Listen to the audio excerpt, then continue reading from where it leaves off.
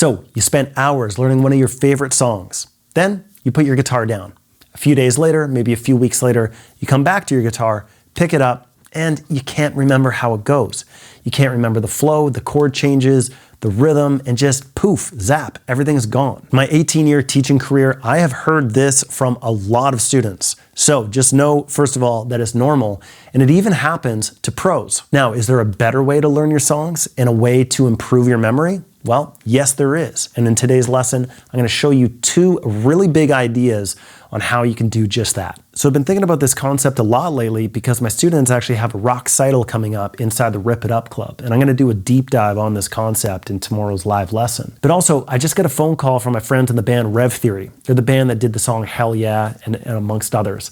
But they want me to do some big festival dates this year. Now, I played some shows with them 12 years ago, but I can tell you I hardly remember how to play any of their riffs. I can remember, one or two from, Hell Yeah or Light It Up and songs like that, but I don't really remember how to play the songs. Now, what I've integrated in more recent years, like with my more recent hired gun position in One Bad Son, was charting stuff out.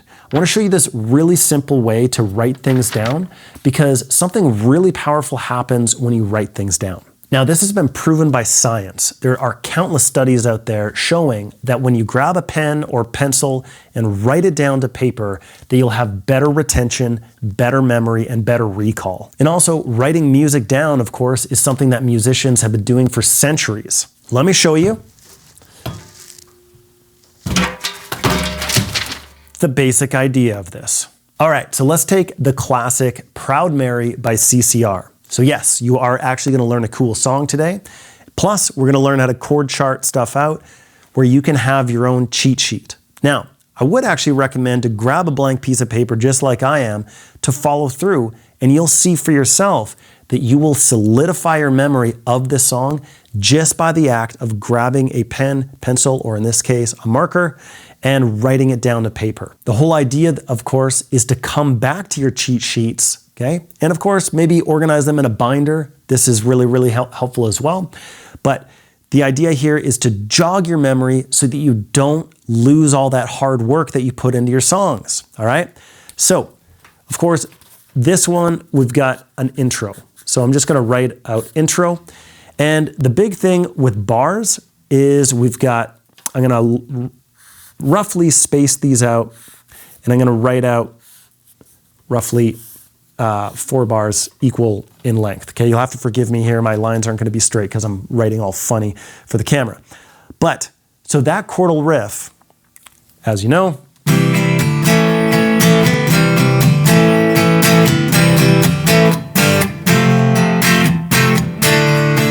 and then we're into the verse, okay? So you could probably just write that as C, A, C, A, C, A, G, F, F, F, F, D, and not even F, F, F, D, but just write each one of those chords out one by one, okay? But in this case, I wanna show you exactly how to use these bar lines so that you understand the rhythm as well. So the first thing that you wanna cue up when you're writing this stuff down or executing this stuff on the guitar is the rhythm, okay? The beat. How do you dance to it, okay? So if I'm thinking da da dum dum dum dum dum dum dum dum, okay, so there we go. Okay, so 4 beats is gonna be the distance between this line and this line, okay?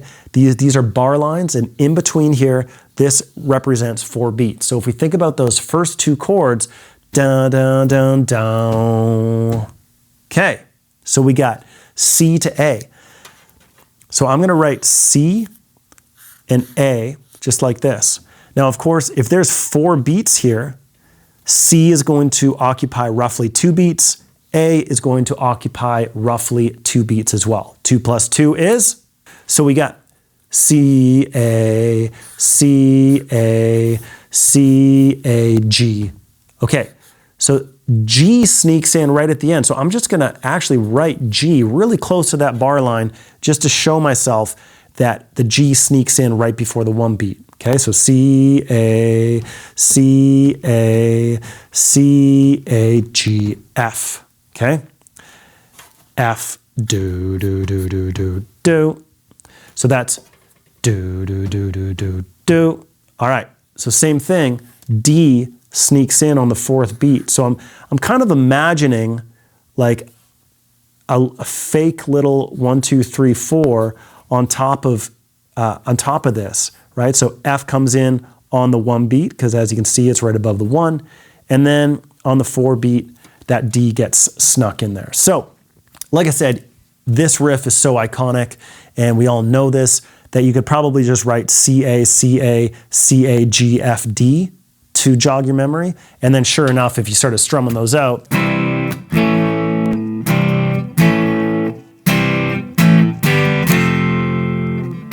okay, now we can actually start strumming that out and make something happen. Okay, so now the next part, and really this is still part of the intro, and this is where you start creating your own arrangement, okay? But I might think of this as we got left a good job in the city, right? So that is 2 bars of D, okay? Before the vocals start. So I might really consider the intro to be like this 6-bar intro, and then here I might write the verse. Okay? And I'm going to cue up another 4 lines, okay? And I'm going to just follow my template from above.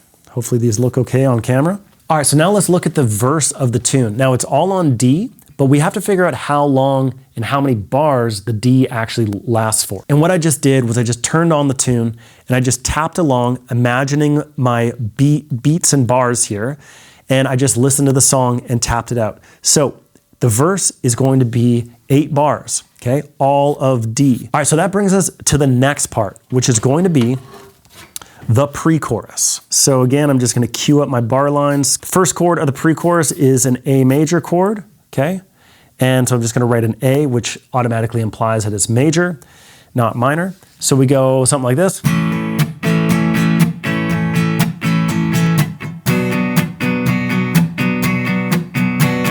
Okay, so how many beats or how many bars was that of each chord? Well,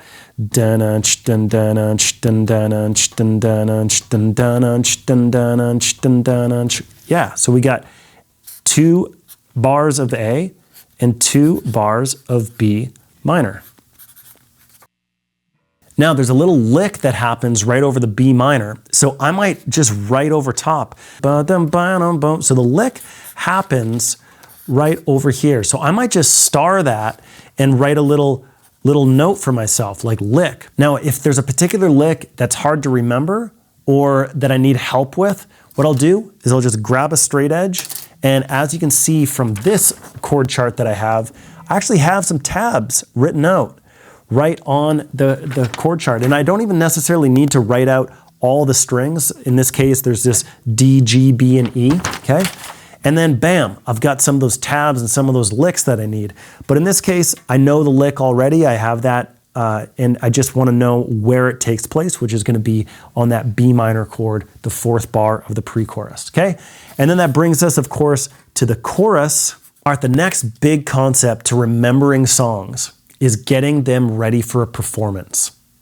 Now, so many guitarists, they just want to play for themselves. They want to stay at home and play. Well, guess what? They never get their guitar playing up to the level where it will sound any good, because they don't have any reason to get their guitar playing to sound any good, because they never perform. Performing on guitar will help lock things into memory like none other. So I wanted to share some performance opportunities that are available to you. Let's look at the top down. Like the most intense version of this is going to be performing on stage with a band. Rehearsing, and getting ready for a show is kind of the most scariest and most intense. And I know a lot of people out there are not ready for that level. So let's look at the next notch down. So this would be open mic nights and jam nights. So both of those they're kind of in the same wheelhouse, but there are open mic nights and jam nights in most every city. Those are some great performance opportunities for you. But all those examples are pretty intense still. And I know a lot of people out there just are not ready for jamming with a band, playing shows. open mic nights or jam nights. Like a lot of people out there are just not ready for that level quite yet. So what I've done to remedy this is inside of the Rip It Up Club, I've got a student show that takes place every 100 days. I call it 100 days to the stage. So we do lessons and I coach people, and every 3 months or so, students get ready to perform for other students. All right, so it's basically like a student recital, but we call it the rock recital. So the next one coming up is going to be here at the end of March.